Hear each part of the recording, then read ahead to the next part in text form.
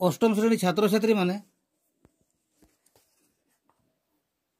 इंग्रेज शासन को प्रतिरोध प्रसंग 1857 मसीहार महान विद्रोह विषय आज आम जानिबा। राजनैतिक कारण इंग्रेज माने वाणिज्य करने को आसी शासन धरिबार लक्ष्य पोषण कले।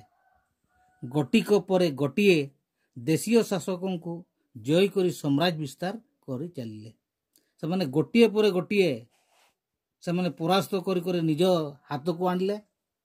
एतद व्यतीत ओएलसीलों समान सामंत संधि प्रथा एवं डेल हाउसिंग को राजस्व लोपनीति द्वारा अनेक देशीय राज्य इंग्रेज साम्राज्यभुक्त हो गला।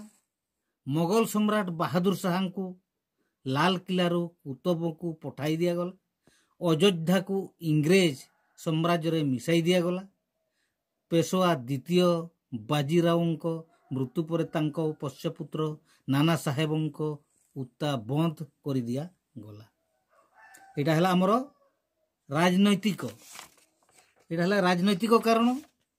आ सामाजिक कारण है इंग्रेज शासन पूर्वर भारतीय समाज रे केते गुड़िए कुसंस्कार थिला। इंग्रेज शासन समय रे सती प्रथा उच्छेद करा जायतिला। विधवा विवाहर प्रचलन है।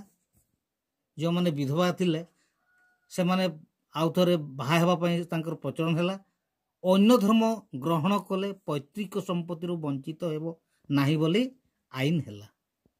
अन्य धर्म ग्रहण कले पैतृक संपत्ति वंचित हेबे नाही बोली आईन है।